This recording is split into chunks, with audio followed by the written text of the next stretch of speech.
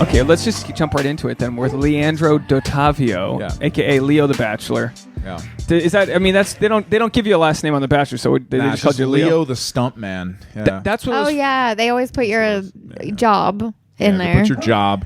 Some guy came in. Yeah, there's some people make the mistake of just saying that they enjoy doing something. Yeah, really like taxidermy, wrote taxidermy girl. Just be but how do they get to the chick who's like never been kissed? You know what I mean? Like, is there literally nothing else they can tell about something where they just or they find the thing that's going to be like your stereotypical, like your trope, and then they run with it. Are they just trolling people? Yeah. What people don't know is the amount of time that you spend talking to them. They just kind of find out everything about you.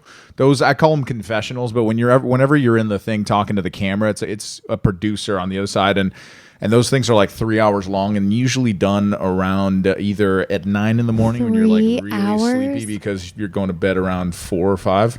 Yeah. So they have like an hour and a half in the morning and then an hour and a half at night and every night?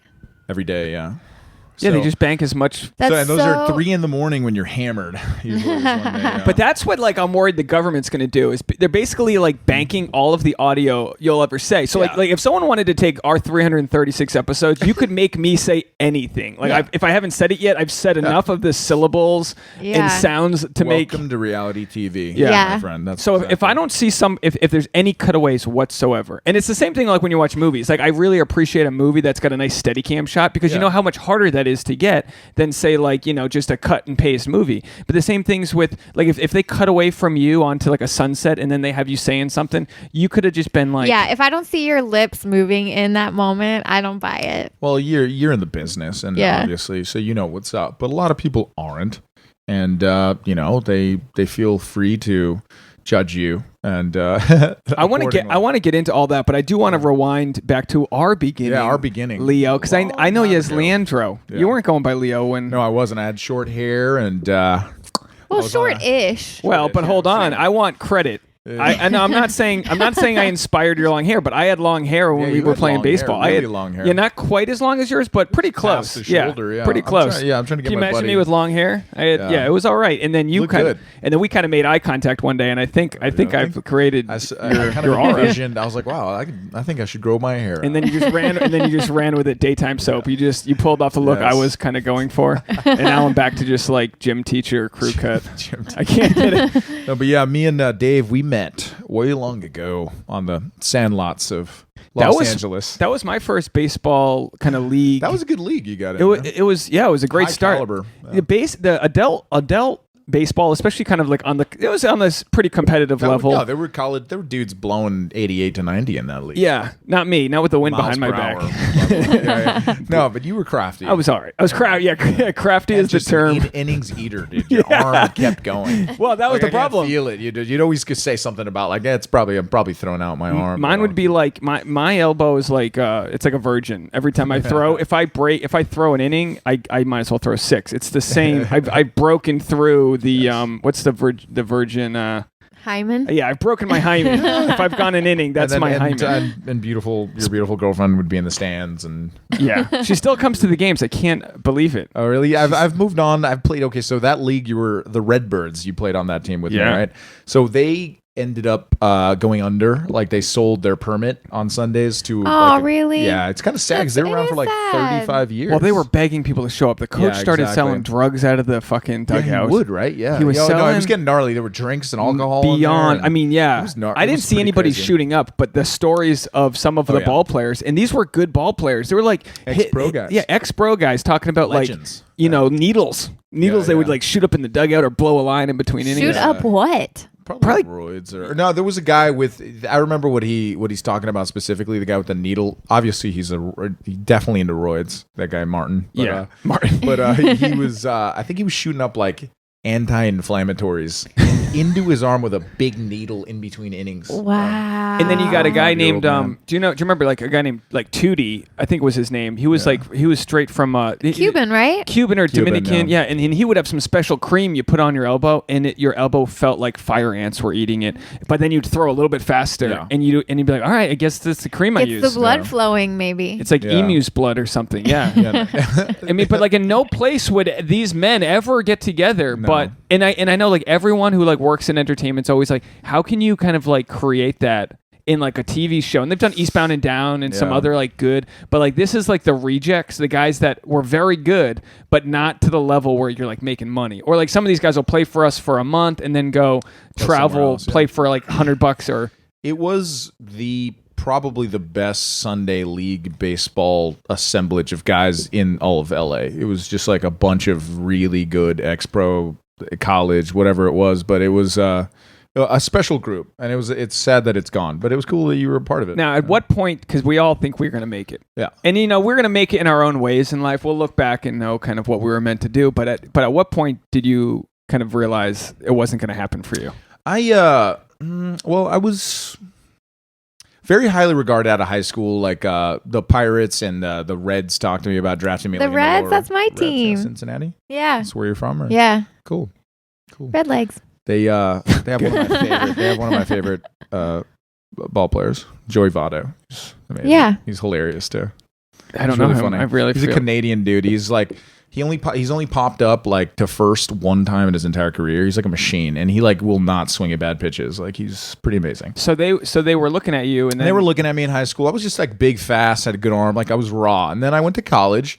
And then I guess like when I got to UCLA and my vision just took a downturn. Like I had perfect vision in high school, and as soon as I got to college, like I couldn't read the board anymore. And then like I started doing research. This is how I got in my own head, like, basically. But like the average major leaguer has like 20/12 vision, like better than 20/20. Like they have like absolute elite vision. Yeah, they can read the spin of the ball going 100 miles an hour. So beyond the genetic lottery of being tall and being very athletic, you also have to have perfect vision. Yes. Like better than perfect. Yeah. But not a pitcher though. Not a pitcher, no. I have horrible vision. Half of every I wasn't a pitcher, but yeah. But as a hitter, of course. Yeah, as a hitter, yeah. But people don't really realize, but half of every team are pitchers, you know? Yeah. Half of every Major League Baseball roster. The pitchers are like the kickers don't practice with the football team, right? They're just different. They're specialists. The pitchers kind of do their own thing. Yeah. You work on your own thing, and then you show up and you play the ball game. It's a great sport because it's a team sport, but it's so individualized. Everyone just has to do their own job, and no one's. I mean, other than like a double play, no one's doing anything with the other person. You're just doing your own job. And it seems like when you're playing it seems that you do better when everybody's like on the same side and you're all like a team together and everybody loves everybody. But everybody's been on teams that are really good that like nobody even hangs out after the game and stuff like that. Yeah, it's a weird sport. It's a really I noticed that more in LA. When I played in New York or in Rhode Island even, we'd always be doing beers after in the parking lot. Here, it's like business, you play, you get out. Yeah, you get out. It's, too much traffic to be waiting around. Honestly, you're like, if I don't go right now, I'm not getting home till 8 p.m. What do you do for the 5 hours? See, that's why I've moved on to softball now. It's a version, it's like the closest to baseball. It's called modified fast pitch. So it's not all the way around, because all the way around from 40 feet, like dudes are throwing like 78 and it's like the equivalent to 102. So games are like 2-1, but modified, they can only go up to like right here, which is about shoulder like level, and then they go straight in. So it's like 40, 50, 60 miles an hour, and then like there's a lot of home runs, and the scores are like 10-8, 10-6. Oh, there you go. And it's 9 innings in an hour and 35, hour 40. Yeah, baseball shouldn't be played amongst anyone. Like unless you're pro, baseball can be even pro games can be 5 hours long. Do you suntan? Like, what do you, I don't go to every game, but I normally just go and like bring a book. I always have stuff to do. Always have stuff to do. So I do stuff on my phone, or I do stuff on my iPad. Be productive. And then also get some sun, because that really is like my only time to like be outside. You know, after besides work and all of that other stuff. Right. Like I don't get the green field. I feel is what I miss the most. You know, it's really nice kind of looking out there. I've won the lottery with baseball because I played for every shit team, and not that my team's any better now, but our owner is an eccentric millionaire. He he installs subwoofers in the field, so like everyone has to have their like. Where are you playing? Our new field. We got kicked out. So our team's called the Gaze, GAZE, the right? Venice Gaze. So the Venice Gaze. You're playing for the Gaze. Yeah, for the Gaze. Yeah. God, So we were awesome. playing in at a Catholic school, and half our team, it's the outfield's all like retired pro black baseball players. Yeah, that's good. just what they are. Right. They're fast. Their arms are incredible. They're just studs. And then we all get walk up music. My God. But so there's like a Google sheet of what walk up music you want. And as a joke, I said R. Kelly's Ignition remix for this year. And Not for this year. For Come this, on. no, for this. I said as a joke. So what do they play when my first time out on the pitcher? Ignition. I'm just great like, walkout song. Though. It's a good great song. White guy, song, but you're not allowed to listen to R. Kelly Yeah, but I anymore. threw 20% faster. I was like, I can do R. Kelly proud. Yeah. You know what I mean? But we were. I don't want to get too much into the songs you can't listen to anymore. But we were in Kentucky, in Covington, Kentucky, which is where like that MAGA dude. It's right across the street from Cincinnati, Ohio. And we were at a wedding last month, and they played Michael Jackson, R. Kelly. No one gave a fuck. They didn't get I heard that R. DJ Kelly, didn't get the memo. You know what? I heard R. Kelly at a Starbucks. So that means like corporate Starbucks like hasn't Pulled it yet. Yeah, But that's crazy to think that like if you want to listen to something on Spotify, it might not be there. Like things are getting scrubbed, which is very crazy because it doesn't. Did you see time out? Sorry, sidebar. They digitally removed the Starbucks cup from the Game of Thrones episode like the very next day. I found that like so. I mean, I guess I understand they can do it, but I was just really surprised. I don't know. I did not expect them to do that. I've left things in movies and TV shows that, you know what I mean, like laptops. It's like a period piece. I did background in Wolf of Wall Street, and I'm just behind Leo, and in my phone out. I mean, they're really strict with like period pieces, not to have your phone out. Yeah. But you Google like phone out in a period piece movie, I'm sure you'll find like in some like Westworld scene where there's just a dude. That Westworld doesn't count, but yeah. Whatever. But anyway, so that's my eccentric millionaire. So yeah, he like sends us. He like lets us. We go to Arizona to play, and he puts us up in like at a resort, and like he really. It's really dude, if you nice. ever want to come, you should play. Come. I should play for the Venice Gays. It's really nice. I've always back in when I was the Redbirds, I always thought like they always tried to recruit me. They're like, "Dude, your guy," because when I was growing the hair out and it was like halfway, they're like, "Dude, that's gay as baseball." You know that's it.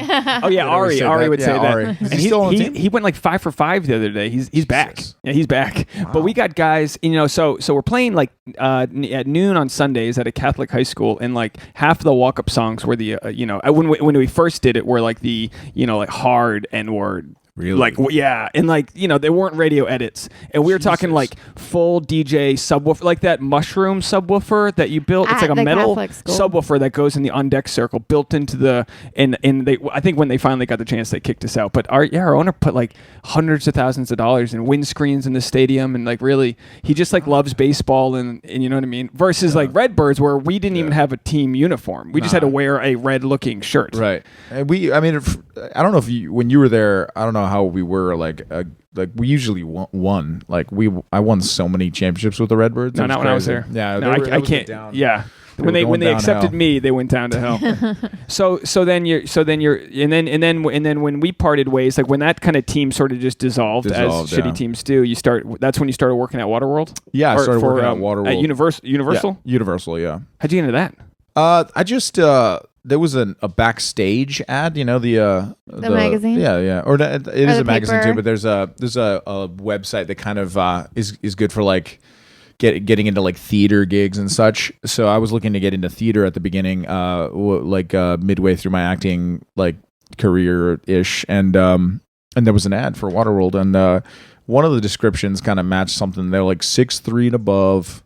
Scary looking, can be intimidating, good acting chops, and will train driving boats or whatever. So that's cool. Nice. So I was like, all right, that sounds good. So I went there, and then honestly, it was just pretty seamless. It seemed like they didn't have a lot of guys in that category, and I got hired right away, and it was a really fun gig. Yeah, that's a lot of fun. We went and watched Waterworld, my brother and I. I watched that when I was like a kid. That's been around cool. 23 years. Yeah, you're doing pyro and like wave runners. A lot of pyro. And by the way, the movie, I can defend the movie. There's a movie? Yeah. Are you kidding me? She's 60% of our audience has no idea. So. I didn't know Are you there was serious? a movie. Did you know that? Did you know that Waterworld was a movie? Oh my gosh! Yeah, it's a They're cult smoking classic. cigarettes and driving wave runners. Yeah. What's his name? Kevin Costner has gills in it. He has gills. He's like Is this like an 80s movie? Spoiler. No, this is like late 90s. Yeah, and then like huge budget. And then if you have sand and you show someone you have sand, they go. That means you know that there's land.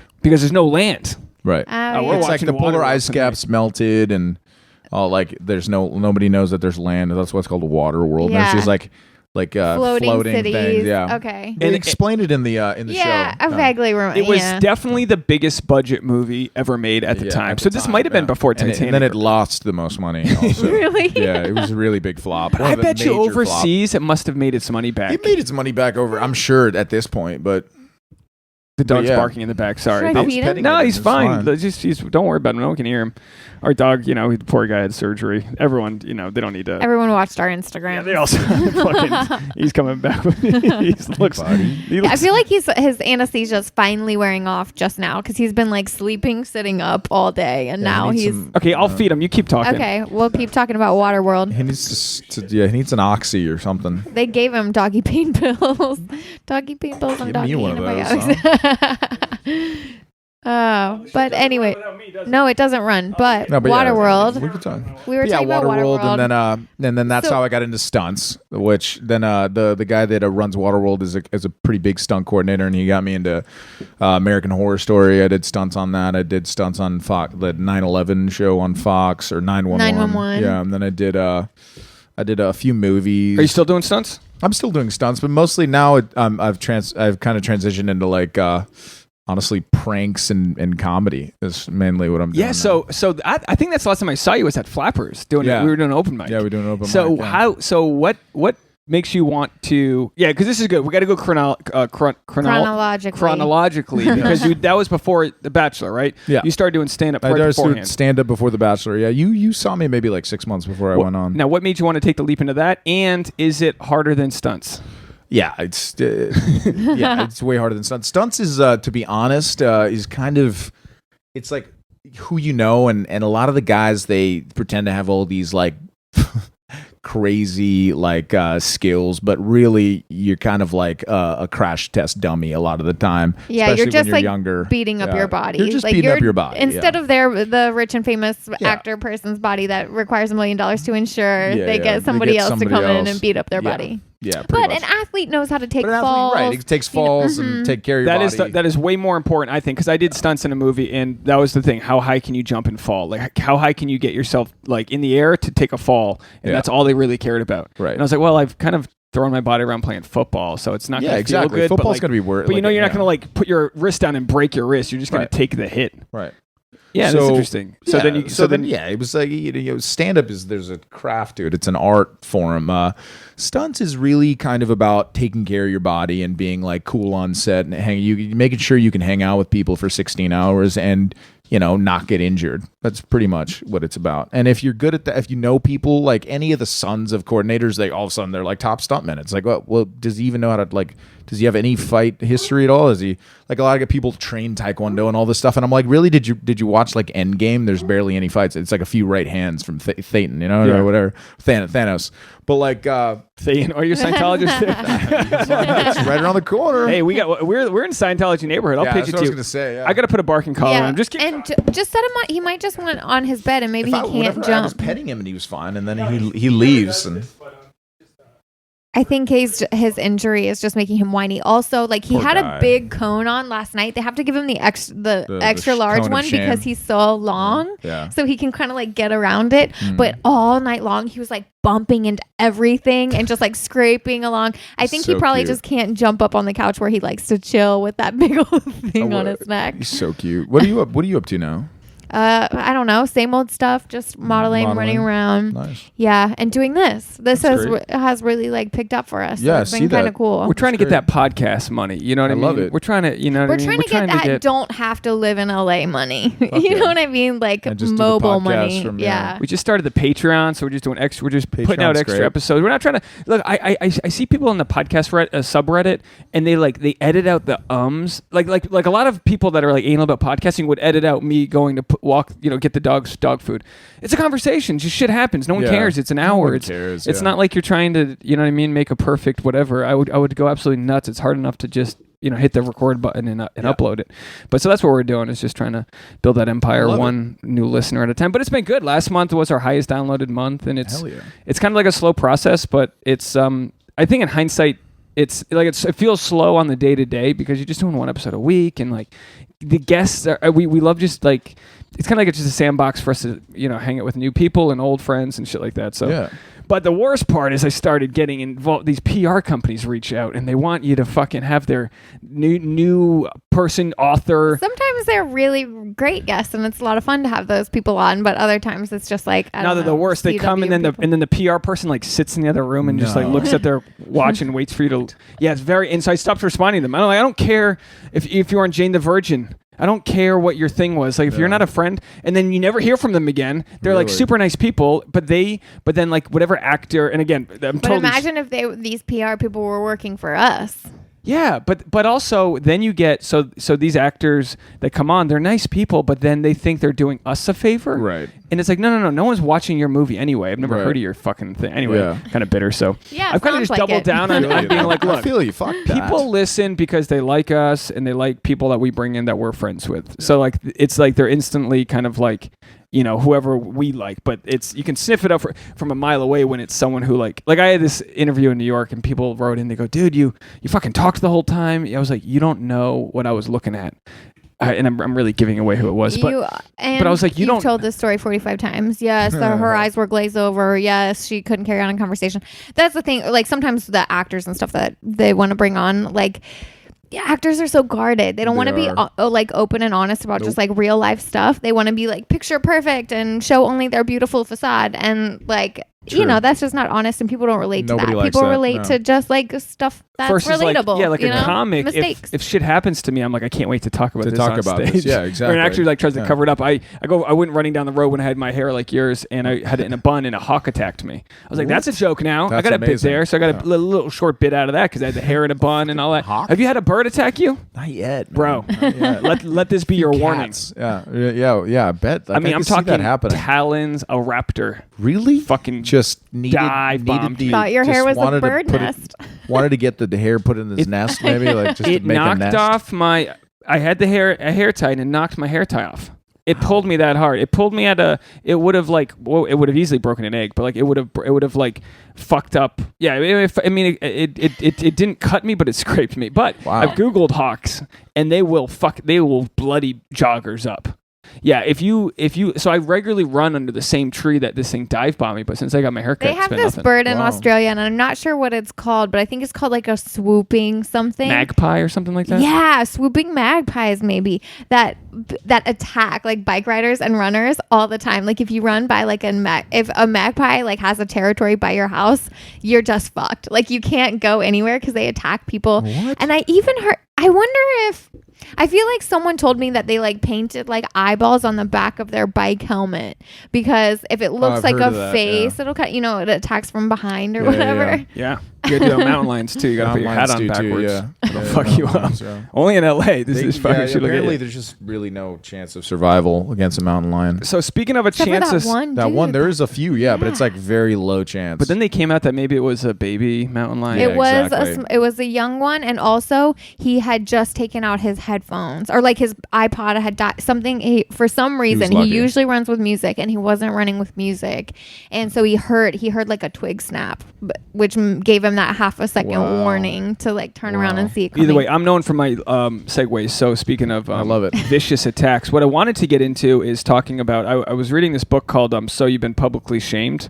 Is that what it's called? So You've Been Publicly Shamed? And it's on the bookshelf. It's about kind of like our society and what's going on with just people wanting to destroy others. So I wanted to get into that because publicly shamed myself. Well, you've got like the honor of being going from one of the most likable cast members of The Bachelor to then being like hated on Bachelor in Paradise. Yeah, a lot of people will say maybe the greatest villain in the history. I would say that. Is that a badge of honor or? But it'd be between you and Chad. Yeah, Chad. Yeah, have you met him? Is he a nice guy? Just as bad, but like apparently I was. Yeah, I haven't met Chad. No, he seems like he would is actually harmful. No offense that you're not harmful, but but you got to think that like they also manipulate that stuff however they want to. Yeah, he definitely looked like he was like roiding out at one point a few episodes ago. On roids. There's some stories about him that I've heard that are pretty hilarious, but yeah, I mean he was probably beefing it up. for the cam, you know. At what point? Because they always say like they'll make you a heightened version of yourself. So if you're a good guy, they'll make you a great guy. If you're an asshole, they'll make you an asshole. Or do you play into the stereotype that they're trying to like? You know, I don't know, but we watched Unreal, which is like that. What channel is that? It's like Hallmark Lifetime, channel or something. Yeah, Lifetime version of The Bachelor. Yeah. It's a scripted show, but They kind of like show behind the scenes or whatever. Yeah, it seems very realistic. Like the producers are kind of telling you like this is what needs to happen right now, and so like play into this. Well, I guess you probably really can't comment. say. Yeah, but yeah, a lot of people say that the Unreal is very similar to the real thing, but you know, I can't really comment on that. But yeah, Yeah. So we had Brad Silnutzer on because he's a comic. Have you done any shows with him? Do you know what I'm talking about? Was he on your season? He's the little ginger redhead. I don't know, but anyway, he was. You know, like it's just I get what it is. I don't even care about the production side of things, but like I remember texting you and being like. Because you'd done really well on The Bachelor, like you made a really good impression, and then I remember you being like, Paradise not so good. Yeah, I didn't even watch it, but you know, in hindsight, it was probably not a pretty good move for career wise and stuff. If I wanted like more Instagram, like you know, sponsorships and stuff, probably not. I lost like 40,000 followers at least. Not the greatest followers in general. Were they going to come to your show? Yeah, that's what I mean. I mean, they show up sometimes. Yeah. No, but I'm saying like the ones like that are willing shows, to kind of unfollow. No, they weren't going to come to my shows. They weren't. So the ones that stayed, I have some loyal Batch fans. The ones that stayed, and that's the thing. You get a little bit. You know, people pick sides, and this is a good case study because you see it in politics. Right. You see it with nationalism. It's people want to build something up and then tear it down. You see it with Amy Schumer. Like everyone loved Amy Schumer until she got too popular. Then fuck Amy Schumer. Cancel culture. They just want to tear things down. Yes. And they're going to have to do something with figuring out who it is that is like spearheading cancel culture, because it isn't an angry mob in the traditional sense. It's an angry select few that like lead the brigade, and people go, I guess I'm on this side, because if I'm not on this side, then I think the other side's right, and that's the wrong side to be on. And people, you know what I mean? Yeah. So I mean, it's a loud, small minority. You know, they're just like the loudest voice in the room that like they're going to shout above everybody else and decide this is how we're all going to feel. And also we become judged based on who we might have been in the past. I found out how to search my own Twitter today. So I was searching my Twitter, and then I was searching every bad word you could think of. Can you do mine next? Absolutely. I would really like someone to clean up my shit. It's super easy. In the search bar, you just go name, then you put semicolon, and then your username, and then a space, and then you search it. So I was searching fag and gay and words I'm not going to say, tranny, other words. I'm just like, did I say anything? And I said a lot of gay. And most of them were like, and most of them I kept, but some of them I was like, I don't need that. That wasn't funny enough and retweeted enough for me to like stand by that joke. Right. And it's never like gay bashing, but I don't want someone to have, if I ever like get something, I don't want them to like parlay it. That's literally, I think that's all he said was, I don't want my son to be gay. It was Kevin Hart. Yeah. That's it. Yeah. He couldn't host the Oscars. Years later, after apologizing. And that's the thing. You go, it's just ridiculous. You know, now do you have to decide, did you have to make a conscious decision, I'm not going to apologize to anybody? Like what did you do as a reaction to the outrage that some people had based on old comments and old posts that you had?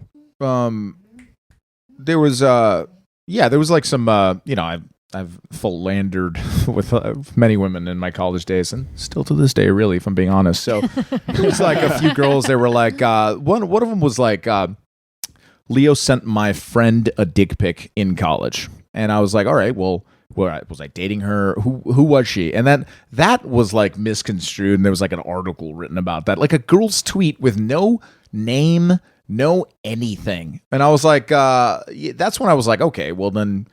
You know, if shit's gonna, like, anything could be misconstrued as, like, anything at this point. Like, the truth didn't matter. So that was one that, like, got me, like, some flack. And then women were like, I got tons of hate for that. And I was like, right in the middle, like, that happened right around Paradise, too. So, like, I didn't apologize, but I said, like, if I ever made anyone feel uncomfortable, like, please come forward and let me know. And then you get someone, even if it was 14 years ago, college was 14 years ago for me. You know what I mean? Like, So well, that's the thing, and that's what sort of Never sucks found about out. cancel culture is like every single person on this planet has made a mistake. I mean, I put my foot in my mouth at least once a week. You know, I say something that it came off wrong. One girl never mind. I'm not even going to get into it. But like, you know, it's just but people like, aren't trying to tear you down, Tasha. No, but as soon as somebody gets the opportunity, they will. And I've always said I never want to be famous. Like it would be cool weird, to like work in TV as like the girl who always plays like the best friend or the waitress or something, and nobody knows your name, because like as soon as you're like recognizable or sort of up on a pedestal, people are there and ready to bring you down. Right. Or like we were talking recently, because our last guest said he can never run for public office because there's a video of him like stoned out of his mind on the internet. Really? So like Lee Syed, he's Joey Diaz's producer, so they've done hundreds of grams of But and I have always felt the same way. Like, no way I'm going to put myself out there just for someone to leak a tit pic the next day. You know what I mean? It's just like, I don't want to put myself in that situation. But I'm trying to get her to person on leak the a planet. tit pic just for the Patreon. Fuck them. Do it for the Patreon.com/SAP. I'm sure that would do well on Patreon. But the point is that everybody has done or said something stupid, something that they regret. Yeah. And I think we've got to like get to a point as a society where we can be like, everybody makes mistakes. You know, this person feels sorry. They've expressed that they feel sorry. You know, try and not have like an ego sort of reaction when we're like doing the apologizing thing or whatever, but just like have a little compassion for people who made mistakes and are trying to do better, because that's just life. Just trying to do better every day. Exactly. And who I was in college is not who I am now. Not that I'm a lot better or anything, but like it was something like I wish that there was a way to defend myself, or I wish I knew who the person was. But yeah, it seemed like a few of us, like a few of the guys on the show, had people online that were really just kind of trying to hate. And getting that fame like right off the bat, like quickly, was it for a lot of us was pretty frightening because of stressful. It's stressful. But it's extremely there's stressful. like a critical mass where the audience decides who they're going to root for. Like Garrett, you know, he finishes the season and wins, whatever that means. You know, and and his like, you remember that, and things. They were pretty gnarly. Yeah, but sometimes it's like, who cares? There's also humor in them. Exactly. Like I can defend as a comic. As a comic, you can defend. I'm doing a joke right now. I say retarded, and I say fag,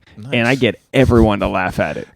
I'm not saying like fuck faggots and retards. Don't take that out of. But that's the thing with podcasts is you don't go viral on podcast for what you said because there's context. Yet. Right. No, but I mean, go viral, fine. Because there's context. You nailed it. There's context, but people, and the problem, and this is what I want to happen to media. I don't know how it can work this way, but I feel like if somebody's going to profit off of making you go viral, you should be splitting the profits with them, because they're stealing. It's almost like if their ad dollars, like their clicks. Listen, if I want to play Mariah Carey on YouTube, and it makes money, that money goes to Mariah Carey, because there's an algorithm to like license music. But people can take your image and be like, well, he said so and so back 8 years ago, and they can have a blog post go viral, and their people can champion them. But it's like, aren't they just the ones who are addicted to the mob themselves? Because there's something to be gained. It used to be a mob would just be, at the end of the day, they'd be happy that they're on the right side. Now you get rewarded by new followers, and there's a dopamine rush to the followers of, you go girl or you go guy, go get them. And it's like,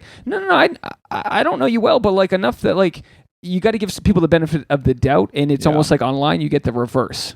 People go, oh, that guy? Oh, he said that?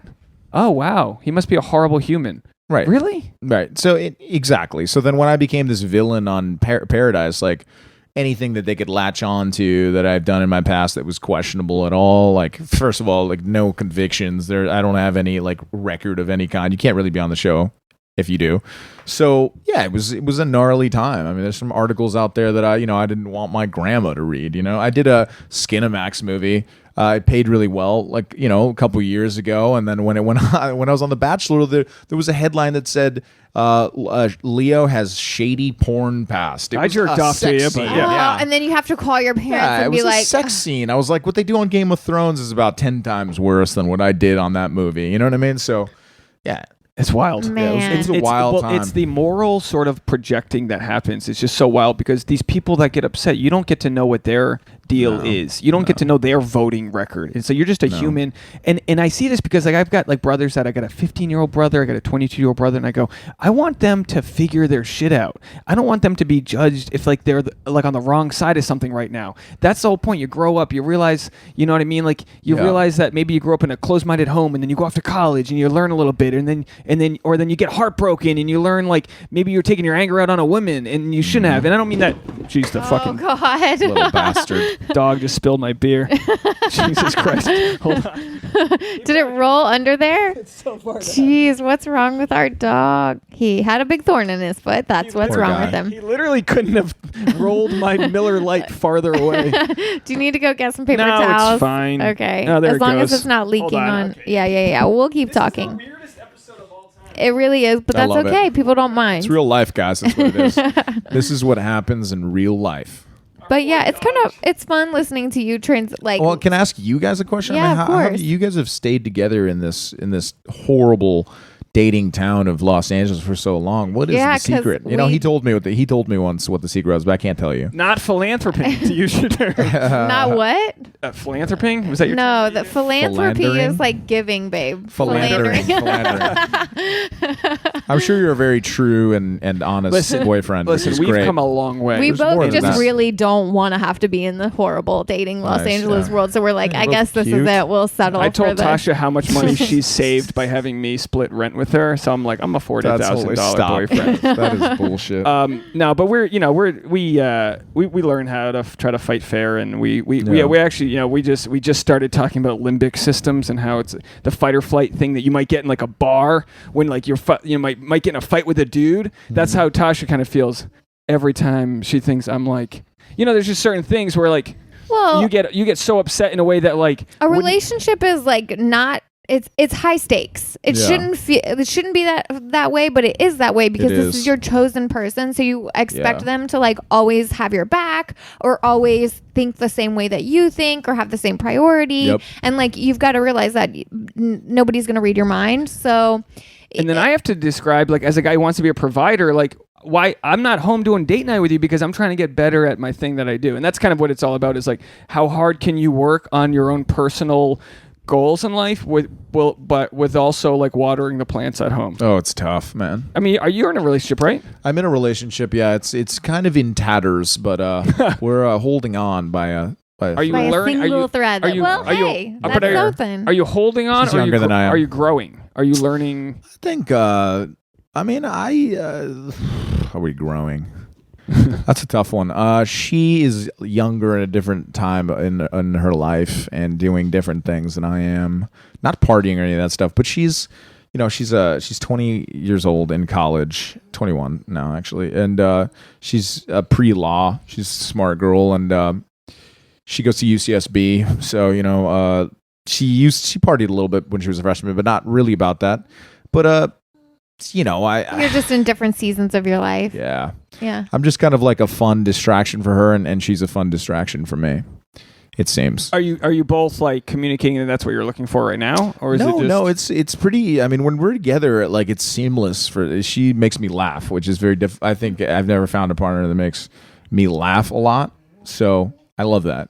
And then everybody thinks it's superficial because she's young and hot, but no, it's because You're young and hot. I feel like an old man nowadays. But, Yeah, but it's all relative. I got white in my beard, man. Hey, well, what can you do? it's That's all relative. That's right. distinguished. She- yeah, That's yeah, what my she likes dad it, calls yeah. it. I think you're younger than me, right? You're early 30s. 32. Yeah. You're 30. I'm 34, and then Tasha turned. Well, I can't say her age, but her birthday was yesterday. We can't say Tasha's age. Whatever. We don't Tasha, do you that. were 22 years old. Yeah, 22. Exactly. 22. Let's Yeah. say that loud and proud. As long as you Not put a the right single wrinkle Put the right here. filter on.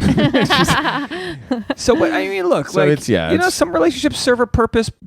Some people like they're really there for you when you need them, and then some people it's like you're kind of lean on each other because that's what works in the moment, and then you just figure out what you need. I mean, Well, it ebbs and flows. All relationships ebb and flow. Yeah. So either you find your way that you're like going on a path together, or you don't, and that's fine. Sometimes I envision it being, I do envision it being like a long-lasting relationship sometimes, and sometimes I don't. But it's interesting. It's almost like 8 months, which is a long time for me. wow. Yeah, that You just is never know, man. substantial. You never know. Like you never know. We were friends before we started dating, and like, so we were like only a couple months in when I started playing on the Redbirds, and like you don't fucking know. Like I never had a relationship over 6 months. Now we're going on almost 6 years. That's amazing. We're going towards 6 years, and like.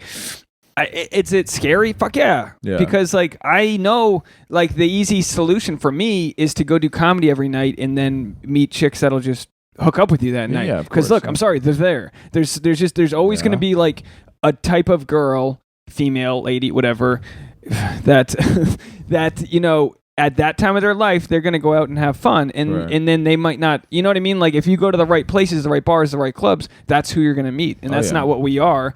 And it's a way more complicated what we are because, you know, it's forced me to kind of like not, you know, it used to be like when I was single, you'd if a girl didn't put up with you, whatever. Just next, whatever, go find the next one. If you don't, and I'm not like super like flawed with like, I'm not like addicted to anything or anything crazy, but like now I'm forced to like pick up after myself and make the bed. Like this is shit I've never done in my life. Oh, totally, man. Living out. I would have to learn a lot. Thank God someone's finally teaching you how to pick up your socks off the floor. Right? Jeez. If you want another beer, I can get you one. Yeah, you want another beer? Yeah, thank you. But it's just. So you're not playing mom. No. No picking up after him. No, I honestly I can't believe he made it this far without someone whooping his ass into shape. But you know, it's okay. I'll do it. You guys are cute together, though. You guys are both handsome people. Oh well, thank you. This is like you just don't. You'll know. You know what I mean? Like things can happen. You might one day experience something together that makes you guys connect, and it's like a collision, right? People can collide, but like a static collision, you almost want to collide together and then go in the same direction. And if any time in our relationship that we like morally and sort of like physically just drift apart, then that's how it goes. Or and, different priorities, which is a thing that happens. Or you like kind of like drift like vines, you know, like you drift apart and then you come back together and you slowly grow in baby steps, and like that's. I think that's where it could be. You know, I could see the thing is like we're seamless and like really great when we're together, but like the late night comedy life and all that when she's in school and like worrying about her papers, she's a little iffy about me, and like you know like. The Bachelor stuff, there's a lot. The college girls, it's like they all watch The Bachelor. So, you know, like there's a tension from young girls that are really like forward, you know, so that, and she gets attention from guys too, but, you know, at this point, it's a little, you know, it's probably a little, not intimidating, but it's a little like off-putting for her to think about what, like, if I took a trip to Vegas this weekend, you know? It's like, she's gonna know that like girls are fawning all over you the whole weekend. Yeah. So she's like, that's when we have problems, trust issues. Yeah, of course, rightfully so. You know, rightfully so. But you know, I haven't been perfect. But yeah, there's that.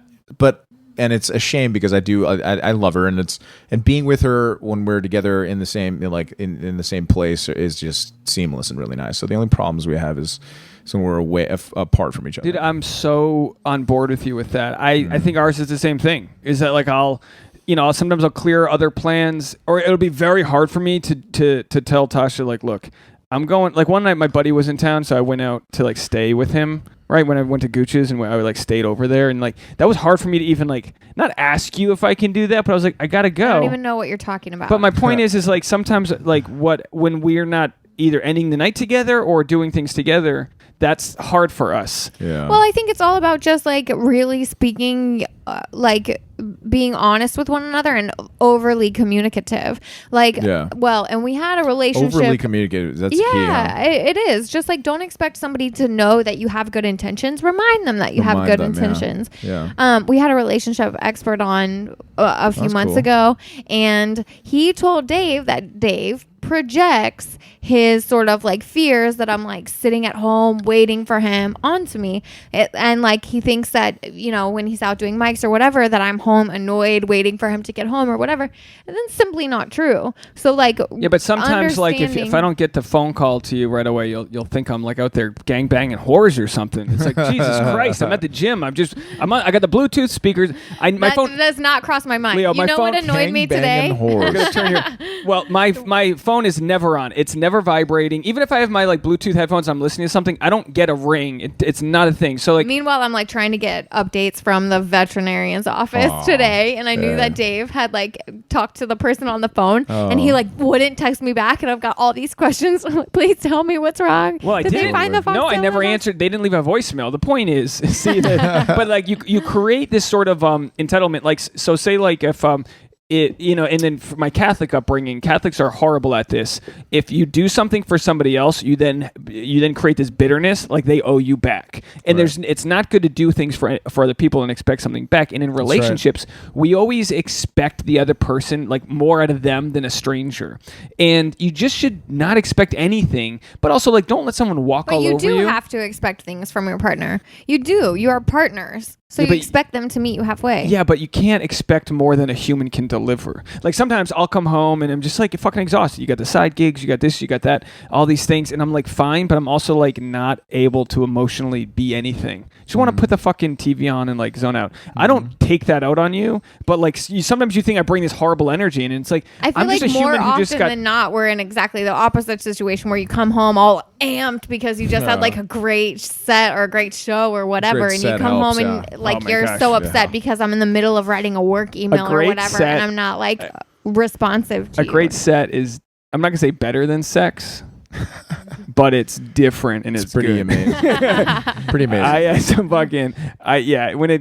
I'll come home and Tasha's like, she's kind of like an introvert who masks as something else, but she's pretty introverted. So I'll come home with this energy. It might be 10 o'clock at night or whatever, and I'm just fucking jazzed. And I'm not coming home like, wake up, bitch, let's do it. But I'm kind of like, yeah, I'm feeling good, and like, and it's just. And you immediately start chirping at me about whatever, and like get so upset that I'm like, I was in the middle of an email when you got home, and I'm still in the middle of an email, and you're gonna have to give me 3 minutes. Drives me nuts, man. Her processing power, she's like a 1994 Dell laptop. Just like heavy. It's just, and like the ones with the fucking loud fans, and she can one thing at a time. She can do one thing, and I'm like ADD, sort of like multitask. That's just the way I am. I'll bang out. So, multitask means half-assed. But Tasha, that's what it means. It means a bunch of things done half-assed. Listen, you and get nothing out done of right. me. You get quick responses out of me. I provide that to you, but it's just not. Hey, it's just not in your cards. You just can't do it. So when I ask you something and you don't answer, and then 3 minutes later you don't even know I asked you a question, and then I repeat and I go, I just asked. I talk to you like you're my Alzheimer's grandmother. Who's like, I'll just repeat it. I have to remember not to get so mad. But Leo, I'd be like, hey, the fuck, like, hey. Because I get so mad when I'm trying to like tell a story or like run a new bit. This is the thing. When I'm trying to run a new bit, I'm like, look, I got this joke premise, and I'll start, and I won't even finish the premise, and then she'll like curb stomp it by like, and then we need to get bananas at the thing. I'll be like, what the fuck? Like, if you could, I just focus for That's one line. I can see it. Look, I see it, guys. You brought this up. I love it though. The podcast this is where you get it out. I love it. When we have a guest, we've done solo episodes where we haven't aired them. We've done some where really? I would say that one or two of sometimes those. We've tried to bang them out. Good energy though, guys. Oh, thank you. Appreciate it. You guys are even if whatever you're doing. Well, tonight we're going to get at the sex oils. We're going to watch Leo on Cinemax. There you go. Yeah. Nice. High heel homicide. I die right after my sex. High heel homicide. Yeah, but I did alert. Jesus Christ! I did. Spoiler, man. I trying to come when you die. My agent was like, "Look, you have." They're like, "You have like 4 scenes of dialogue before your sex scene. What do you want to take it? It's pretty good money." The guy does HBO shows. It could be a good time to meet this guy, the director. And I was like, absolutely. You know what I mean? But they don't show dick on Cinemax. No, it was nothing. So it was literally not even my ass. Did you put a sock on? Yeah, but sock. She probably had full she frontal, was full right? Frontal, yeah. It's she was such a porn bullshit. star. It makes me so annoyed that the girls are always expected to do full frontal and guys get half of an ass cheek. It's so much easier for a girl to show her pussy. A guy's dick involves so many different the heat or lack thereof. Yeah. There's size issues. No one's looking at a girl's vagina and being like, ugh. You're sounding very I don't know, narcissistic about your penis. Narcissistic? No, I'm saying it could be a bad look with the wrong. I wouldn't want to know the lens. But the that's lighting. what penises look like. So can't we just be real about what penises look like? Sometimes they're small in the cold. That's just normal. Who was the porn star? It was Carter Cruz. That's a good name. I don't know her. She blonde. Oh, nice. She's pretty. Now, okay, so that was before. This is way before Bachelor. Before the Bachelorette. I don't want to keep on going back to it, but what? Like at what We point? can talk as much as you want about Bachelorette. Well, I just want to know because shame. We talked about shame before, but like it really is the worst thing in the world. Like ostracizing somebody, shame. It used to I would be. hide under the covers and not leave my house. For I thought 2 it months. was okay for part of me, since I have a comedic background. It was phenomenal for like clapbacks on the comments, for videos. My viewership was like out of control, so I enjoyed it. I threw up, and at the same time, I was getting. I mean, to be honest, like I was getting 10,000 hate messages, but like 5,000 women sliding into my DMs at the same time. So it was like, it wasn't like the worst thing in the world. Okay, well, I want to break that down. That was my Yeah. question. So, like, what are the ratios of hate messages? Because we only see like when that Bachelor in Paradise episode aired, where I threw the drink on the guy, grocery store bitch. That one, it was like a 10,000 negative. Like, I hope you burn in hell. But tell me, because I didn't watch this, but Yeah. tell me if you can't talk about it or whatever. But I was told he had done something to you, and they clipped that part. Yeah, exactly. So you were responding. Yeah, he pushed me. So And he then I physically pushed touched me, you. and then security was coming, and then I was like, "Oh fuck! I can't reach him before this guy gets to me, so I'm just gonna throw my drink on him." And they just showed the drink throwing. I can say that. So they yeah, just that show. happened. Yeah, and also, And no one cares about the fact that No one cares. Absolutely no one. And but this is the problem with The Bachelor, the franchise. I'll just say this, is that no one speaks up because everyone wants to be fed. The Right. Bachelor and Chris Harrison, and by the way, It's such a small, tight knit community, and want they want every- to keep Ashley and Jared have a show coming Yeah. out. I heard that today that Do they've they? got Yeah. their own show happening, and I was Really? like, really? yeah, who cares? but this is about why you're them? I'm sorry, pointing. Yeah. This is why you're in a much better position that you're kind of creating your own thing. Is that they all want to feed off of this trough Forever, and when yeah. the trough says no, they've got nothing. Nothing. I mean, Yeah. I live and work in I work in Santa Monica, and I see them around on the bird scooters, just kind of. Although Nick Viall, he's played it right. Like he's very popular, and he's fed that franchise. But like it's all or nothing, But and that's now, old yeah. media. Right. Old media is all, you do what we say or Well, not. Right. It's and like even Hitchcock, right? new media. If you don't blow Instagram- Hitchcock, hey, will you you're shut up for a done. second? Even new media, Instagram is talking about hiding likes now. I know. I So saw a then- Canadian phone, guys. Yeah. They have no likes. I can show you. I have a video. It's nuts. It's so like then what? Then when they have no likes Right. and then the brands are just like, oh, I don't Yeah. know. And what they say is it's a yeah. private company. It's private. That's private. But it goes, well, is it private when that's that's freedom of speech is kind of like built into like the medium of speech. It's not freedom of speech if you just cut all the phone cords and you're just standing there on an island yelling. That doesn't count. You need to be able to reach your people. And right. what The Bachelor does is they go, look, if you don't play by this mafia, man, if you don't play by our rules, you're out. And then they ostracize you, and they have every right to do that. But also, well, then Bachelor, why don't you play by the rules? Why don't you? But like the audience, But it is a very successful franchise. but I mean, the it's been audience around is for so dumb long. that They're the audience so is so dumb, dumb yeah. that they think. And you know what? And I posted on the Reddit. I had to unsubscribe. Yeah. And you know what? If Reddit's the Bachelor subreddit is one of the worst. I posted that I was going to be podcasting with you, and people Yeah. they go, who the fuck are you talking to Wow. me? Yeah, They go, yeah. oh, I'm sorry. Just because I'm not Yeah. verified by Chris Harrison doesn't Yeah. mean I don't run my own ship. That's right. And they just think that their world is so tightly knit around that Yeah. any outsiders are like with us or against us, and it's like Right. we're just bros and a lady having a Yeah. conversation outside of that realm. That's But right. also, like, were you worried about like, obviously, like, were you worried about when shit kind of went sour and you became, kind of like pushed into Villain. that Yeah. villain role? Were you worried that that it wasn't going on the trajectory you wanted, or you were just like, fuck it? One of my favorite books is The Alchemist. And the grand idea in The Alchemist is that there are no mistakes in life as long as you're following your personal legend, which is your heart. As long as you're following your heart. So that day, the way, if I really just break it down, I just felt like I wanted to make a scene that day. And it's not usually what I do in public or in any way, faster form who I really am. But that was day, like your sort of like my guttural guttural response that day. I was like, I need to do this.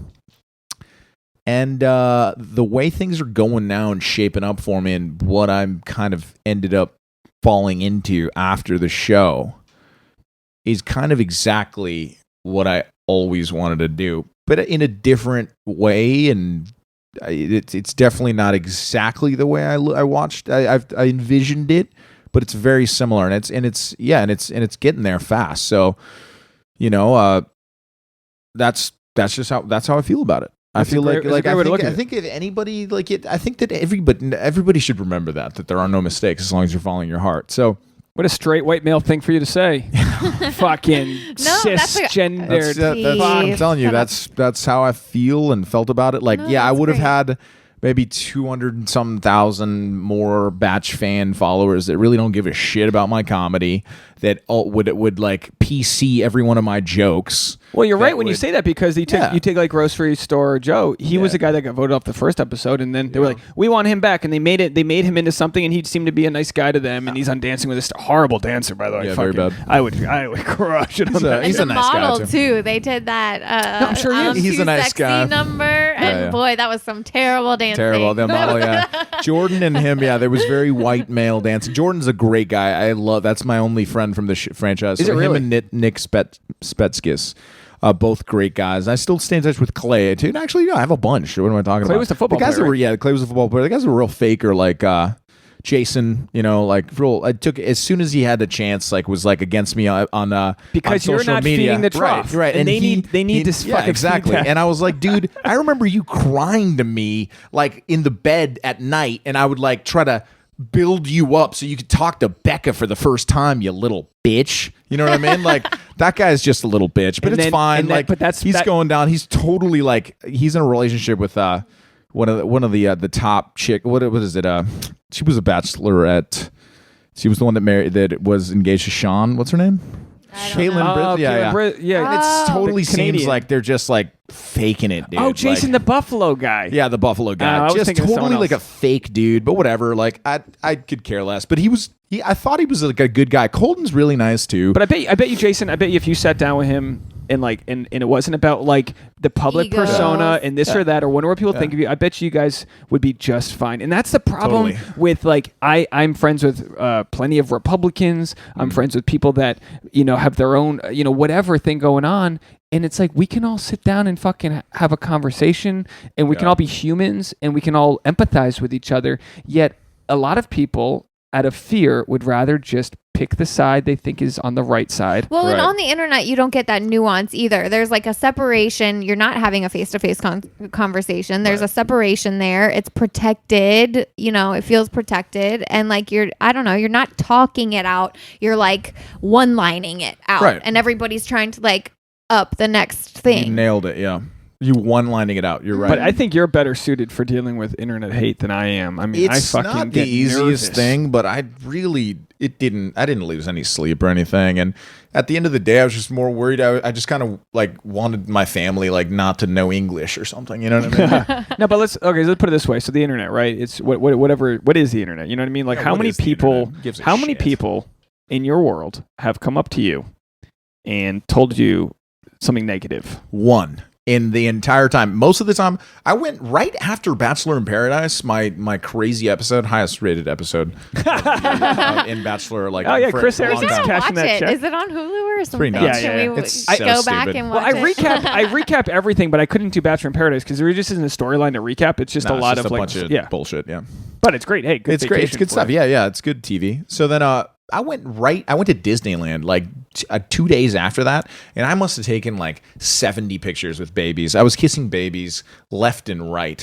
You know what I mean? While I'm this toxic masculinity and example. Nobody wrote up the baby kisser article about what a sweet guy you are, practically the Pope. No. Okay. But so I had 10 articles about how I'm the purest example of toxic masculinity of all time, and I'm okay. I thought I had made some great points in the argument with Kendall, and it was, but yeah, and then there was some snakes though. There's some dudes that I definitely don't like in that franchise. I think Kevin's another Canadian guy. This guy named Kevin, just a total snake, dude.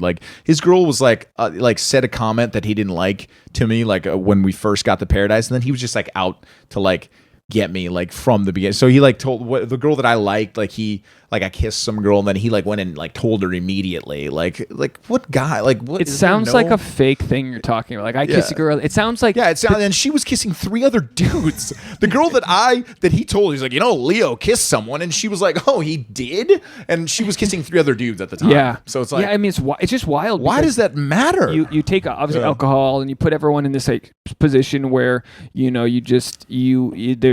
give them their own like cell phones, right? Like you don't have your phones with you. No phones, no internet, that's no TV. What I love about the difference between Bachelor and Bachelorette, right? On Bachelor, you've got a house full of women that for the first time in their lives, and this is why this show's probably doing better now than it's ever done, because the first time in their lives, this science experiment, they don't have their cell phones. So they have to really think about what the fuck's going on in their world. Oh, yeah. And men do the same thing, but what you notice a lot of, and again, I always get, blasted for making gender differences, but like I'm of the belief that like, I'm of the belief that like we all, like men are more sort of, like you'll just see dudes like playing football or all working out together or like helping each other do CrossFit. Yeah. And then you'll see, but women will be like out there like holding the tea with the 2 hands and you're very like conversational. Women are designed to be not necessarily more introspective, but they have a natural talent for like empathy and like social understanding and social awareness. So that's probably, that's just part of what our brains do naturally. So they're looking around at this microcosm, this little tiny space that they're tucked into, and they're just like picking it apart, like, oh, these people are friends and this people are friends and this is a hierarchy or whatever. And that's just part of like how we process. That's part of how we work. Yeah, it's just weird how you can like be friends with somebody that's also trying to date the same person as you. Like you just compartmentalize so weird. Yeah, and then for there were comments like the dudes like some were serious about it and some were not, some for the camera, some for not, but yeah, you develop a weird brotherhood. I mean, you're spending so much time with these guys, they would always look forward to, like, I would always do like I did my stand-up act like a bunch of times. Oh, really? Whenever I had a chance, like whenever it was downtime and stuff. And like, I think I helped a lot of those dudes. A lot of the psychologist told me like when we left they have a psychologist on set. Man.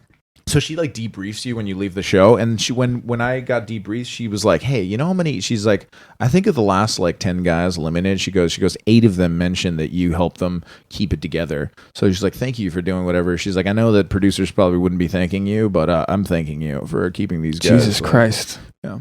Yeah, and that's a person who like gets to talk about me online. But at least it's for me. It's always nice to know like, am I the crazy one right now? And it's like doesn't mean like you can always like it doesn't mean you can't regret like certain things or how you react to, but you go, okay, I'm gonna be judged by like my peers, and if that's a good thing to know that like when the cameras are off, like what are you doing? Are you helping the guys out? Because you can want to help the guy who's crying or he's super anxious, but also like in the end, she's got to pick one of you guys. It's just so bizarre because it's in any normal situation. If we went out to the bars together as single guys, we would both meet. We would meet a couple ladies, and one of them would decide which one they were liked. And then if they liked you, then her friend's on the table for me. Okay, so which friend do I want? And then you start talking, and then who knows where it goes from there. But like, it's very simple dynamics that's how it works. I mean, Tasha, can you agree? You're looking at me like this is bizarre. No, I'm just listening. That's what my face looks like. You decide which guy you like by looking at him in the eyes and smiling. When did you decide that you wanted to be with this handsome? I don't know. It just happened. Wow. She picked me up at the airport when we were friends, and I was like, she wants it. Wow, I didn't ask her to. It's true. Like real quick, I put the phone off airplane mode, and she goes, "I'm at the airport." And I was like, well, I happened to be meeting my friends on that side of town, and I thought you could. Nobody meets near LAX, and then we hung out. True. She came over that night. Like we literally started dating that night. But anyway, and I was like, that's awesome. At that point, I was like, I don't need much of other indicators of interest. Like she already knew I liked her, but I wasn't going to put any more effort into it.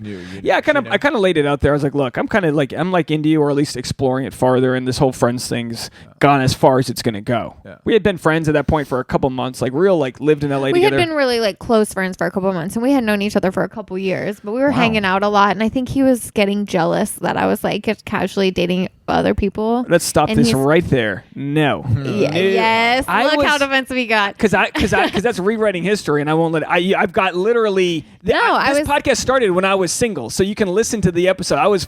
Yeah, you can't actually. You can go back to the beginning and you can listen to him talking. I had Bobby Lee, episode 8, telling me to leave this chick alone. She wasn't into me. He was like, dude, fuck her, blah blah blah. And then people were like, look, on paper it's like this chick. You know what I mean? She's you. You know, like I'm watching the dog, and it's a whole thing. But I'm like, look, I've been around the block. Like I've dated around. Like I knew she was into me, but like Tasha's a unique, strange person. Like if I knew then what I know now, I'd be like, of course she was into me. She just was like fucking scared and like had other shit going on. So she was getting enough out of our friendship to like. That was enough air, enough oxygen like from the friendship. But for me, it was like, no, because I'm not going to go out as friends and then she meets a guy like you. And then you're like, hey. And then next thing you know, I'm like the guy who's like, well, I guess I'll go fucking pay the bill. Like, no. I'm not letting another guy. And that's totally fine. And that's what you have to learn. Like, if I didn't like her enough, I wouldn't have done that. You did. You spelled it out to me. Yeah. And, sometimes you just need somebody to tell you, like, listen, this is what's up. This is how I feel. I say that, like, when I give dating advice on the podcast all the time is, like, you just have to make your intentions clear because girls are always in this weird space where, like, they're always being hit on by coworkers, or like if you're in our industry, every person who you meet, you're like, is this guy like really an agent that just is trying to help me out, or like why are we meeting for lunch? Is this a lunch meeting or is this a date? Like it's confusing for girls to navigate that kind of stuff because you're just constantly getting hit on. So like when someone says, no, I want to take you out on a date, or I am interested in you, I want to date you, like we appreciate that because then we don't have to second guess. Right. But also you're on the top, like let's be honest, you're on the top level of ladies that a guy's going to be going after. Yes. You know what I mean? So you've got, there are a few, and I tell her all the time, like you just don't, like she doesn't know what it's like for a guy. Like I think who's one of our last guests, we were talking about that feeling you have when you're having sex where you're like, I can't believe I convinced this person to have sex with me. Men know that feeling, and it doesn't matter where you are on a skill level or attractive, like men know that feeling, whereas I feel like women don't. I feel like women are like, yeah, I've given this to you. Dick is not in short supply. Yeah, well, Dick is not in short supply. That's funny. But anyway, I wanted to. Did you say who? So you were at Disney World, right? I just wanted to circle back to that quickly because who was the one who came up to you? Oh no, I just like random batch fans. Like I must have taken 70 photographs. But the negative comment. Oh no, the negative comment was a comedy show. Maybe 2 months ago. So they saw you. I was walking into a comedy show and some woman was like, "Hey, Leo," and I turned around and she goes, "You're a dick." Did she? Did she like? I was like, and I looked at her and I said, "Am I?" And then I just walked away. Oh, that's not even too bad. It wasn't bad at all. But did she say that because did she come to see you to say that? Was that her? No, move? she wasn't coming to see me that day. I was actually just gonna go watch my buddy Ruman perform that day, but she was just like outside in a line going out and like to see, I think it was Joe Rogan or somebody, and then she saw me, recognized me, and said that. Interesting. And that was it. No, my only point in asking that was because it's like if you don't read the comment section, you just do your own thing. It's nothing except for the fact, and then we'll get out of here because I know we got to go. But except for the fact that when they fuck with your money, that's one thing. Like, were you gonna keep working at Waterworld? Yeah, the bad press from the show ended up having what they said was they wanted to wait it out, and then when I waited it out for 6 to 8 months, I was like, all right, guys, I'm just going to resign because like there's no point for me to like keep this alive. Like I know that like it'd be better for you guys if I took a hike and really for 6 to 8 months they didn't feel like they said let's wait it out. On. Yeah, no. And this is because Universal's really PC. Do you know how many like negative comments they got? I don't know. You don't even know. I don't even know. Honestly, I was there when it all went down. Like there seemed to be only upping the numbers. Like there were lines. Like you were still working there when it was. Like we did a meet and greet after every show, and there were like lines of people like coming out to see, like say what's up to me. And I think it was overall maybe just a distraction. I mean, maybe they didn't like that. They had to set up some barricades at a certain, but like after the show, they would have to set up like these barricades.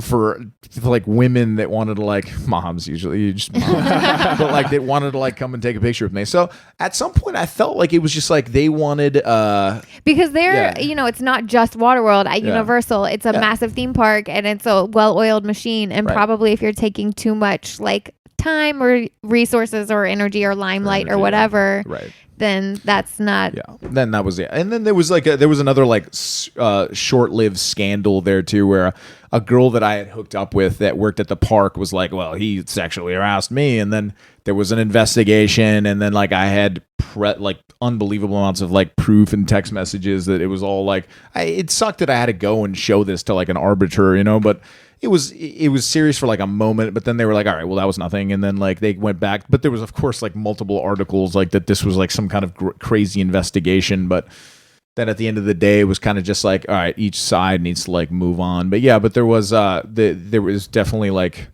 I was in the clear with any sexual harassment type. Like, do you regret defending yourself? Like when Becca was trying to like, she was one of the ones who like, Becca Martinez. Yeah. She was like one of the ones who was like, she needs like everyone. What they say about her is that like basically whenever she's losing like her relevance, she'll just attack. Yeah. So I was her prey because she's really good friends with Kendall, and I kind of made Kendall look like an idiot because she literally said my heart's with Leo, and meanwhile I was like making out with other chicks, and then she had dropped this poor sweet grocery store Joe, so all of America was so pissed at Kendall. She broke up with Joe for you? She broke up with Joe for me. Oh, Natasha, we gotta go watch this. Within 5 minutes, I get into paradise, and she's like, mine. Like, and then now she's in a relationship with Joe. Like, it's all, Interesting, real. but it's just interesting because you tried to. It is real. I don't know, but you tried to in good for them. Like, who cares, right? Yeah. But like you tried to like sort of defend yourself to Becca, and then at that point it's all screen grab, yeah. like defend, and it's not. Yeah. And to me, when I look at it as an outsider, it's like it's not a court like there's no like now the defense responds to the accusations, and let's like what there's no her two like big things were a comment I made on Instagram 7 years ago, which was, you need a big dick, which I told some girl that I'm pretty sure was photoshopped because I never found the comment. Don't know who the girl was. Might have said that to a girl I knew. Assume you did say it. Yeah. I'm not saying. I'm just saying. Assume the worst that you said. You need a big dick. Right. Not good. Right. 7 years ago. And again, as a guy today who is scrubbing everything that was my username in gay or fag or you know what I mean, jokes, but like things I'm like, that didn't really hit. It's like it doesn't make it. It doesn't make it right, but it doesn't mean you need to lose your job. Yeah, right, lose my job, and then go through this investigation where the accusation was excessive flirting and hugging. That was the accusation from a girl that I had hooked up with because she was either a fan of Becca Martinez or a fan of the show or whatnot. But as soon as Becca dropped this, like, Leo said this to a girl on Instagram. He's a pit. I don't even remember what term she used. But then this took like a huge whirlwind of like drama and blew it out of proportion, and I ended up having to resign from my job. Yeah, I think it's a real shame because I mean, I can never say this like on stage because I'd look like a douche, but like I consider myself a feminist in the traditional state where like I want equality and I want equality of opportunity. Same. I want I love Tasha's voice on this podcast, and which is so funny because we were told recently that we have a very dude centric podcast. 80% of our guests are women. 80% of our Patreon supporters are women. Wow. So it's like clearly we're not. But whatever. I'm a dude. I'm not going to change my stripes. Whatever. But it's like it doesn't help the cause when there's personal attacks tied to like identity, gender issues. Yeah. And anyway, my only question was like, I mean, like, what's the other option? Because if you can't defend yourself, then you're just like, it's almost like you're assuming you're guilty to them. Oh yeah, absolutely. So I try to do what the best I could, which to try to defend myself, which was probably a mistake. I probably should have just like not said anything. Like you see things now, like A-Rod, like recently, like he's just got engaged to J-Lo, and some like playmate said that like he like was sexting her and like stuff, and never responded to it publicly. Nothing, just didn't respond, and it went away. And this is also going away, but yeah, it caught like I resigned from Waterworld, which at the end of the day is probably what there's a thing that they always say, like it's a great place to work. It was like a really good part-time job, but like if you're there for more than 5 years, it's too much. It got me into stunts. It did what it was supposed to do. You learned a lot, and now your priorities have shifted. My priorities have shifted, and I was never going to be a full-time stunt man. That was not what I was going to do. So it ended up being a blessing, really. And I just didn't want to be. And sometimes you need like a little kick in the ass. You do, exactly. You know, like you're too afraid to make the leap yourself. Like it's a great job, it's a steady paycheck, it's like a lot of fun, whatever. It has all these perks, and like sometimes you wish like you could branch out and do something else, but the risk is scary. Oh, I won't have a steady paycheck for a while. Oh, it might not work out. There's all these ifs. You get that with cruise ship, but like musical theater people that are on the Disney cruises. After two, my buddy's girlfriend, after 2 tours as a Disney cruise, you got to be like, all right, I'm not doing that anymore because now I'm not going to be available for Broadway. You know, you just have to like take yourself out of a situation. But also, when you're kind of told no or rejected or fired or dumped, there's an anger, like there's a process of anger. Now you seem very like kind of like woke with your sort of like spiritual. About it all, but like, were you angry about it? I was angry that like, that basically they kind of just put me aside and said like, this is a problem we're just going to deal with probably like never. But there was a certain amount, but it was more like, I needed to leave at some point. And why not make it now? You know. Yeah.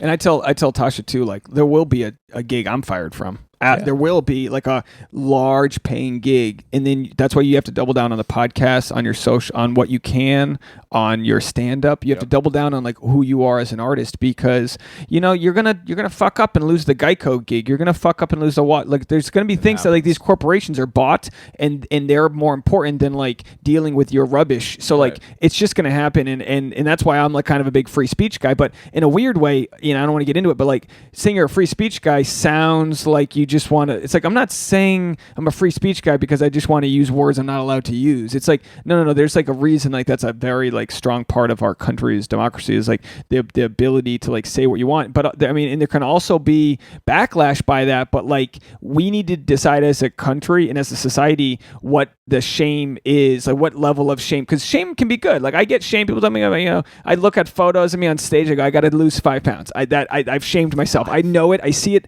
We have a photo we took with a nice, in a nice convertible, and I had a seatbelt on, and it was underneath my belly, and I was like, fuck it. Fuck that guy. But like also, you don't need to be losing your fucking job over a tweet from 7 years ago. Yeah. There needs to be like, all right, did you learn your lesson? Maybe don't say that to a stranger or to someone. Yes. Or like. Yeah. Because you can be in person with someone, look them in the eyes and tell them someone, like, if you're having fun and you're flirting, whatever, you can be in person and, like, make your fucking move with them and say some shit that you would never say to a stranger. No. Or even if it's someone you just met, like, 3 minutes ago. Context. There needs to be context, yeah. And that exists when you're at a bar. I mean, I tell people, like, the shit that I've said that has gotten me a number or something like that is bizarre. If you were to type it out, bizarre. When a joke hits, it hits. And these aren't even these aren't even jokes necessarily, but you'll just say something that like you're either gonna slap me or you're gonna really appreciate the balls that it took me to say that. And like it doesn't mean you're a shitty person. You're just it's just the dynamics of like in the context of what you say. Anyway, we got to do some gigs together. Hell yeah. That's the next step. I would love to do. Are you doing a lot of stand up right now? What are you doing? Yeah, I mean, so I did a few bringer shows, and then I was like, all right, I don't really want to do bringer shows, but I bring people out every time. But it's like then I started just doing like when people would invite me to shows. So I've been getting like at least 3 or 4 a month of those, awesome. And then I do at least 2 to 3 open mics a week. When I'm not working and whatnot, or I should probably do more open mics. But yeah, I have a show this tomorrow. At Fourth Wall. That's right. You do. I'm going. I'm working till Tasha. Can I go? Am I allowed to go? Do whatever you want. I'm working till 9 and it's at 11. So I'm working till 9. I'll sign up for the 10 o'clock mic and then I'll go to the fucking show. Do 11. Yeah. I was going to ask you if you want to do our mimosa show. Yeah. We do a Sunday noontime mimosa show. Hell yeah. I haven't confirmed with Joe that I asked him if we can do it on the 19th, which is next Sunday. He gave me the lot code, so it's like I just fucking open the. I don't see why we wouldn't be able to do it. So it's going to be next Sunday. Would you be able to do it? Yeah, next Sunday. All right, fuck yeah. It's fun. It's a lot of our audience are podcast listeners. Cool. So this episode will air on Monday, and then on Sunday they can come check out the stand-up show. That would be amazing. Man. Fuck yeah. And now what can we promote for you before we get out of here? Just I guess my Instagram page. I'm my Instagram page will point him to everything else. At Leo Dot. Yeah, at Leo F. Dot. LeoFDOT. And he's verified, everybody. I'm verified, yeah. Fuck yeah. We are wow, not. so cool. Anyway, thanks so much for being on, and Thank come you back for having anytime, me. and we're gonna start gigging together. Hell Fuck yeah, yeah, I'm getting my bro army together, Tasha. Hell yeah. All right. Next thing you know, I'm gonna have that Excited. hair. We're gonna have it. Yeah, it's coming You're gonna back. bring him I'm back the inspired. pony. That's right. See me in 2 years. All right, thanks again, buddy. Thanks again. That's the SAP. Bye, everybody. Bye. Well, there it was. I hope you guys enjoyed our chat with Leo. If you have any questions or any comments, if you didn't like it, let us know. Be gentle in your criticism, but let me know what you like and what you don't like. sexactuallypodcast@gmail.com. But hey, my love language is affirmation. So if you're going to shit on me, just butter me up first a little bit. You know what I mean? Tell me I look good. The keto's working. You know what I mean? Whatever. So anyway, really appreciate you guys listening. Coming up next, if you're still hanging around, here's about 10 minutes of my chat with Tasha Courtney as we recapped our conversation with Leo. So we talk about that a little bit. This full episode is available on Patreon. Go to the descriptions of this podcast and you'll see the link, or just go to patreon.com/thesap. Patreon.com/THESAP.